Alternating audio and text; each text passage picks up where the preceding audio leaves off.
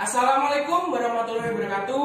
Perkenalkan, nama saya Fahmi Nurhandaya Darisma, absen 17 dari kelas 12 MIPA 4. Di sini saya akan memperkenalkan nama teman saya yang bernama Saya Ivan Wisnutama, absen 20, kelas 12 IPA 4. Dan saya Bangkit Surya Dewangga, absen 9 dari 12 MIPA 4. Ya, di sini kita akan membahas dampak dari pembelajaran online dalam situasi pandemi COVID-19 selama ini. Menurut saya, dampaknya ada banyak. Salah satu yang saya rasakan sendiri adalah selama pandemi ini, saya merasa bahwa belajar itu tidak perlu di sekolah dan tidak perlu tatap muka dengan guru secara langsung. Karena pedoman saya ada 3. Pertama, ilmu itu bisa didapat dimanapun, kapanpun, dengan siapapun. Yang saya maksud itu adalah seperti saya contohnya di awal pandemi. Di awal pandemi itu saya sering gampangnya dolan. Nah itu dolan itu atau pergi ke mana-mana itu saya pergi ke kadang Semarang, kadang Sragen. Itu pun ditemani kakak saya dan saya main di tempat kerabat atau saudara dan kadang juga di tempat teman kakak saya yang ada di Semarang dan Sragen. Di sana saya belajar tentang usaha kopi, usaha tentang budidaya lele, dan usaha tentang tanaman-tanaman hias yang sekarang ini mulai merebak luas di masyarakat. Ini dampak menurut saya yang pertama. Dampaknya menurut saya yang paling terlihat adalah kita memiliki banyak luang waktu untuk belajar dari manapun. Yang kedua, sekolah tidak perlu atau belajar tidak perlu di sekolah. Itu menurut saya. Dan gimana ya, menurut saya ya itulah seperti yang saya sampaikan tadi. Ini kembali ke teman saya Wisnu. Ayo Mas Wisnu. Saya sebelum menyampaikan pendapat saya tentang dampak dari pembelajaran online selama pandemi ini, saya ingin menyangkal pendapatnya dari Fahmi. Ya. Bukannya gini, selama pandemi itu sebenarnya tidak boleh kemana-mana, tetapi kok Mas Fahmi ini sering main ke sana kemari, apa tidak takut bahaya COVID ini? Ya, pertama-tama maafkan saya karena saya memang hobinya main daripada belajar. Itu adalah kejujuran saya. Yang ditanyakan Mas Winu, apakah saya takut dengan pandemi ini atau tidak? Saya sebenarnya takut karena keluarga besar saya kan sudah ada yang lansia, ada yang tua. Itu takutnya kalau keserang juga. Kalau pribadi saya, dalam lubuk hati saya tidak terlalu percaya dengan COVID. Ya, itu saya tanggapan saya tentang sanggahan Mas Wisnu. Ini kembali ke Mas Wisnu atau Mas Bangkit? Ayo.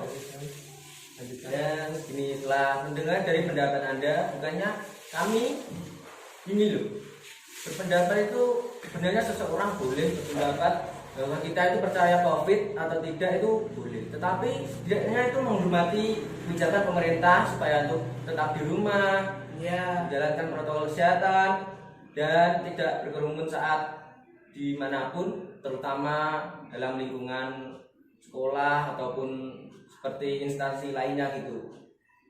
Setelah itu pandemi selesai ini, harapannya kita bisa hidup dengan normal kembali gitu. Ya, itu saya juga berharap seperti itu. Seperti yang kata Mas Wisnu disampaikan, setelah pandemi ini kita berharap bahwa dunia ini kembali seperti semula dan kehidupan berjalan seperti dahulu kala. Amin. Dan untuk pendapat saya yaitu pandemi ini memberi dampak pada pembelajaran online yang sangat fantastis menurut saya. Yaitu terutama di dampak positifnya yaitu siswa menjadi banyak waktu luang. Dan itu bisa digunakan siswa untuk berkreatif sendiri, mengembangkan diri menjadi yang lebih baik atau lebih kreatif, inovatif. Dan kita juga bisa membantu orang tua di rumah lebih teratur dan sering. Dan kedua, kita menjadi lebih mudah beradaptasi dengan teknologi yang lebih modern karena kita dipaksa mau tidak mau kita harus mengikuti perkembangan zaman. Terus dampak negatif dari pembelajaran online ini menurut saya, kalau dari saya bertanya pada teman-teman, itu kebanyakan teman-teman kita itu banyak yang bosan belajar di rumah. Jadi kurang efektif dalam memberikan materi, terutama dari tugasnya itu yang menurut kita itu juga melelahkan ya. Iya. Menurut saya juga melelahkan. Sangat melelahkan. Iya, menurut kita. Iya. Menurut kita. Kalau orang lain kita tidak tahu. Iya. Kalau menurut kita sangat melelahkan. Bapak Ibu guru, tolong dikurangi ya. Terlalu banyak mengasih tugas. Ya. Ini selanjutnya saya lempar ke Belum, saya belum. Masih ya. Ini yang ketiga itu terutama dalam masalah kuota internet dan fasilitas pembelajaran. Nah, itu.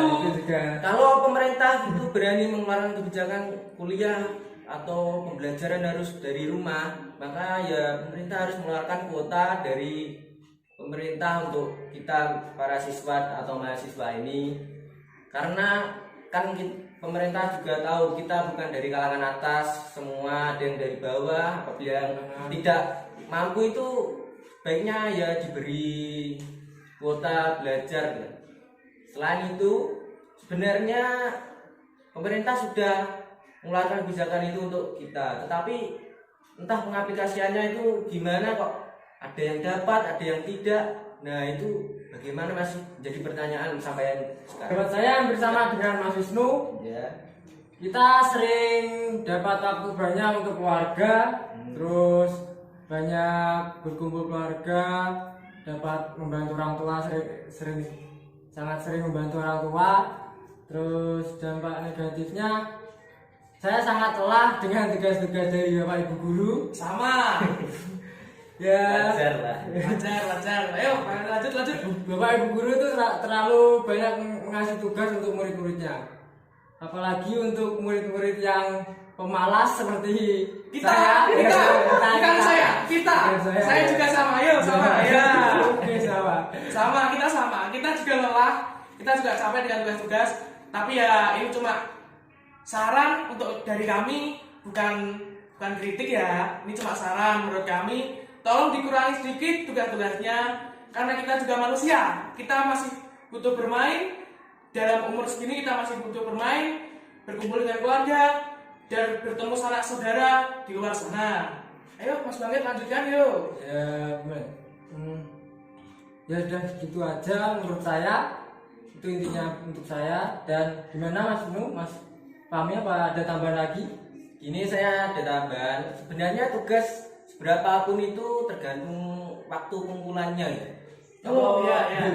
Kalau tugas itu banyak dan waktu pengumpulannya itu cepat atau deadline-nya itu singkat, ya itu sebenarnya menjadi masalah bagi kita. Soalnya kita itu bukan mendapat tugas dari satu guru saja, tapi banyak belum mata pelajaran yang lain-lain. Iya, terus kita juga ada yang ikut bimbingan belajar di luar, ada yang membantu orang tua gitu, jadi tidak sempat mengerjakan tugas. Dan itu saja lah untuk saran dari saya, itu waktunya deadline itu agak diperpanjang gitu. Dan saya berpendapat lagi gini, untuk pandemi seperti ini kita itu diharapkan dapat mengembangkan diri karena kita belajar di rumah tanpa ada yang membatasi. Yaitu maksudnya gini, orang tua itu justru mendukung kita itu. Ya. Kalau kita itu ingin ini, sebenarnya itu orang tua itu jangan mengekang kita, jadi malah mendukung. Otomatis kita menjadi tidak bosan dalam belajar, malah semangat. Jadi tidak sia-sialah kita itu belajar di rumah. Ya. Bagaimana Mas Fahmi? Ya menurut saya ya seperti yang dibilang Mas Wisnu tadi, sebenarnya belajar di rumah itu wawasannya lebih luas. Cuma kita harus lebih banyak menyaring hal positif dan negatif yang masuk ke otak kita. Karena apa?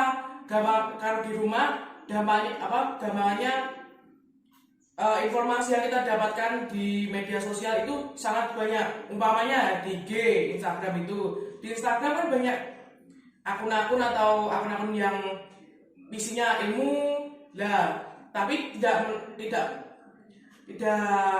salah juga jika di Instagram itu ada seperti akun-akun yang isinya kurang bermanfaat. Lah itu kan kita tonton semua. Lah itu mana yang menurut kita penting kita saring, kita masukkan otak, yang tidak usah anggap saja yang buruk itu anggap saja sebagai hiburan semata, tidak usah dimasukkan otak. Jadi supaya kita tetap belajar di rumah itu di dalam media sosial itu lebih bermanfaat seperti itu menurut saya. Kalau menurut Mas Wisnu dan Mas Bangkit, apakah menurut saya itu baik atau tidak? Ya, untuk menurut Mas Fahmi itu pendapatnya sebenarnya itu juga baik, tapi alangkah baiknya kita itu jangan menganggap yang tidak beredukatif itu kayak konten-konten yang di luar. Oh ya, Paham sendiri kan Mas? Paham. Setidaknya itu jangan dilirik lah, jangan ditonton. Oh ya. Ya itu bahaya lah menurut saya begitu. Ya, kalau saya tonton, cuma tidak saya masukkan otak atau tidak saya simpan di memori otak saya. Itu karena ya seperti itu. Yang penting bagi saya simpan di otak. Yang tidak penting ya udahlah untuk hiburan semata. Cuma itu cuci mata gitu. Menurut Mas Bangkit, Mas Wisnu lagi gimana? Gimana? Nah, ini dari sekian pendapat yang disampaikan Mas Fahmi dan Mas Bangkit, saya bisa menyimpulkan seperti ini, yaitu sebenarnya pembelajaran dari mana saja itu baiklah, tergantung kita melihatnya dari sisi mana. Sebentar, mohon Mas Wisnu volumenya agak dinaikkan karena di situasi di luar sangat ramai.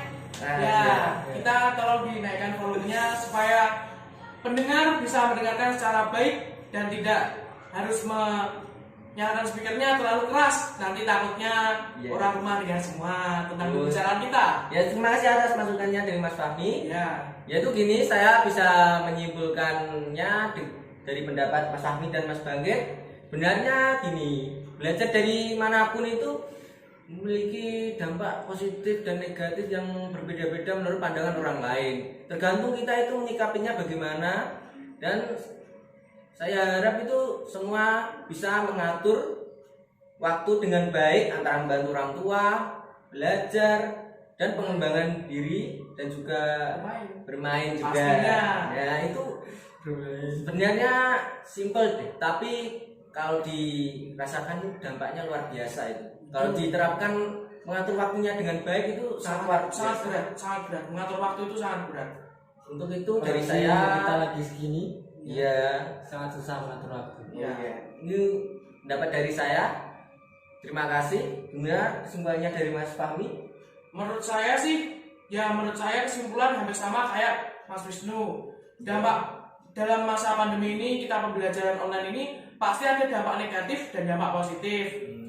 Tergantung kita menyikapinya kayak gimana.